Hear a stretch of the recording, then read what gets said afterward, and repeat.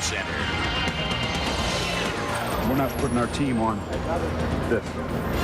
The field was for the Birds for the Ravens' preseason opener with the Eagles. The field conditions were, we thought were horrendous.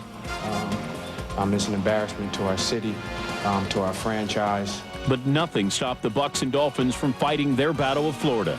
What's the secret to a more high-powered Dolphins offense this season? Jay Fiedler is good enough to win the Super Bowl for us.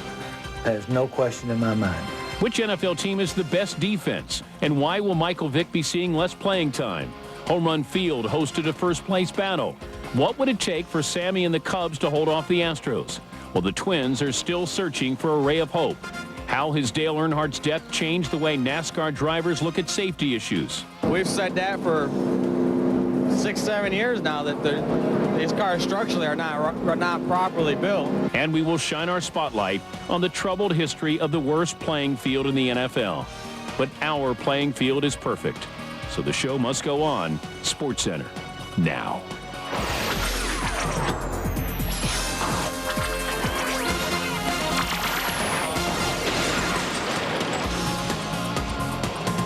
Greetings, welcome to SportsCenter with Rich Eisen. I'm Dan Patrick. Coming up, the Devil Rays giant killers complete a twin killing, and it's getting a lot tighter in the NL Central with the Cardinals creeping closer. But first, a turf out. Field of Screams. The headline writers are going to have a field day with this, no pun intended. This past January, the playing surface at Veterans Stadium was voted the worst in a survey conducted by the NFL Players Association. The Vet lived up or lived down to its billing tonight as the preseason opener for the Eagles and Ravens was set to unfold but was postponed because of problems with the new turf at Veterans Stadium. Brian Billick came out early in the afternoon and said, you know what, we're not playing on this stuff. We got a grounds guy here? Okay, we ain't playing unless that gets fixed. I want you to look at the give here. Okay, and it's all the way down. I don't know whether you can peel it up, put dirt on it or whatever, but it is all the way along this trench right here. Then you need to pull it up and refill it with dirt, make it a hump, or tear this son of a patch up and make it all dirt. At least they know where it is. But we're not putting our team on this. It's not, I'm walking. I can see there's 3-4 indentations across here. Look at that. I can't get to the bottom of that one. So the grounds crew came out, tried to work on the dirt under the turf to even it out. Then game time is approaching, still trying to fix the problems. Referees also getting involved. And then, man, we got desperate. Started sowing and then pushing it back down. This is new turf, by the way. Fields, uneven patches, clearly visible from above. Teams come out, start to test the field after they get a look at this. Donovan McNabb getting in a few reps. But in the end, the players don't feel comfortable. Time to pack up the bags. Eagles move into a football-only stadium in 2003. Prior to the game being postponed, Billick told Chris Mortensen he has made contact with former Vikings running back Robert Smith. Billick served as Smith's offensive coordinator for a couple of seasons in Minnesota before becoming the Ravens head coach. Billick, who told Mort he believes Smith is finished with football, is searching for a replacement for the injured Jamal Lewis. We will have more from the Vet a little bit later on in the program. Rich? Inside this edition of SportsCenter, the Twins would like a do-over on the entire second half, but you know they might just settle for one this weekend in Tampa Bay. The Dolphins played in Tampa Bay tonight. What are their chances with Fiedler as their conductor again? And clearly the on-track death of Dale Earnhardt lingers for his family and his entire sport. That story coming up in 40 minutes. Also on the menu, he is the Bucs' third different starting QB in the last 3 years. We'll see how Brad Johnson fared. And later in the show, it's all or nothing at all for Big Mac. Late inning heroics, but not from McGuire. That's next.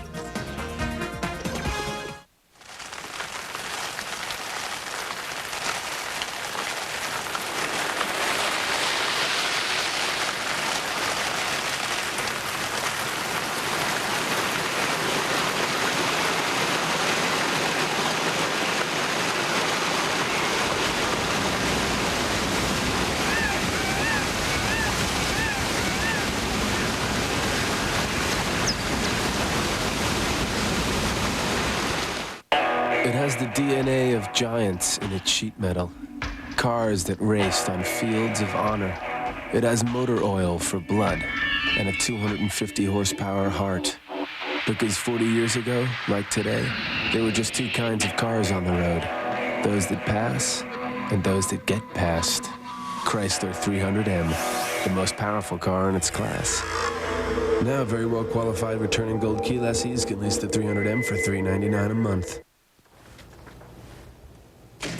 Our poll question of the evening: which NFL team has the best defense? You saw a couple of pretty good defenses on display tonight on the game here on ESPN. Buccaneers, Dolphins. How about the Giants, the Ravens, Saints, or the Titans, who were statistically the best defense in the NFL, going by yards allowed as opposed to points allowed? You can log on. We'll give you the results later on in the program. Well, the field general of the new Buccaneer offense put on the chin strap eventually. Brad Johnson, first quarter, sacked by Damian Gregory. Johnson sacked twice in the first quarter. Later in that quarter, Johnson dropping back, scrambling. Jason Taylor gets a hold, and Johnson knocks the ball loose. Jermaine Haley recovers. And following possession for the Dolphins, it's 3rd and goal. Quarterback Ray Lucas, the sneak, touchdown. Dolphins up 10-0. Second quarter, that's your score. Sean King in at quarterback.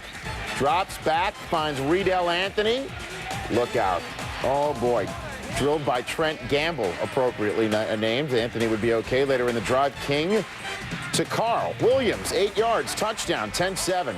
Ladies and gentlemen, Buccaneer quarterback Ryan Leaf in the third quarter scrambles out of the pocket, meets up with Adewale Ogunleye. Leaf gets Ogunleye out. Later in the same drive, Leaf drops back and picked off by Jamar Fletcher.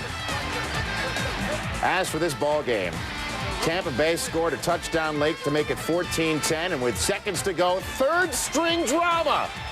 Mike Quinn, the Hail Mary. Robert Baker comes down with it. He plays for the Dolphins. Touchdown. Drive home safely. 17-14 is the final. Jay Fiedler not pictured, looked sharp, 4 of 6, 75 yards. Lamar Smith, he did not play. Final stats for Johnson when he was upright, 2 of 4 for 18 yards. And the night he arrived from Tampa Bay to take over as new GM of the Bears, Jerry Angelo was strolling through a restaurant just north of the Chicago River where the old Bucs GM got a piece of sage and unsolicited yet obvious advice. In Chicago, he had better win a game in which kickoff temperature was below 40 degrees. Angelo smiled confidently. In his 2 years as Bears quarterback, Cade McNown has won 1 game in 30-degree weather. The Lions at home, December '99. He's also won just 2 other games, period. McNown is now on the trading block, currently 3rd on the Bears depth chart behind Shane Matthews and Jim Miller. And word in Chicago as the Dolphins, Redskins, Chiefs, Lions, and Steelers interested. Said McNown, we're talking about a lot of rumors, and that's not really an issue for me right now. Back to baseball now, and Don Baylor no doubt wanted to roam the Enron Field turf tonight, looking for seams in the baseline, cracks in the rubber, perhaps a bad hinge on the bullpen door. That's because the Cubs were playing the Astros, who have beaten the Cubbies 5 of 7 this season, in 69 of 101 since the start of the '93 season, and this season only trailed the Cubs by a half game coming into tonight when the turf looked sharp and everything else Enron seemed in working order. Alas, the Cubs had to play the game. Sammy Sosa stepping up. His first at-bat, Sammy Sosa takes Shane Reynolds gone and putting the V in MVP. Sosa's driven in 7 of the last 10 Cub runs. 42nd homer there, 2-0 Cubs. Next batter, Fred McGriff, looking to go back-to-back. Hits this one deep to right. Moises Salou. Enron holds it? Yeah. Makes the catch to Salou. Bottom of the first, Craig Biggio busts out the whooping stick on Jason Barret's first pitch of the game. 18th homer of the year, 2-1 Cubs. Still bottom 1, 2 on, still nobody out. For Lance Berkman, rips it to right. Sammy Sosa's out there, and the ball bounced past him. Jose Vizcaino and Jeff Bagwell come on down, and the Cubs' 2-0 lead evaporates. It's 3-2 Houston. Top 3, Ricky Gutierrez on third. 1 out for Sosa. Swinging. Next batter, Fred McGriff. And Reynolds perhaps pitching around him to face to Michael Tucker, and that little strategy works out. Bottom 4-2, Vinny Castilla. Solo shot, his 17th of the year. 5-2 Houston. The Astros played 4 in the 5th, highlighted by a 2-run shot by Darrell Ward. Right. 9-5 is your final.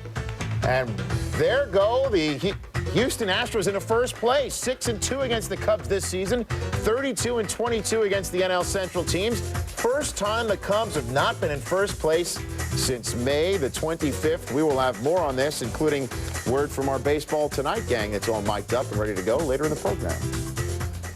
Rashidi Wheeler was mourned earlier today in his hometown of Pomona, California. The funeral was held 10 days.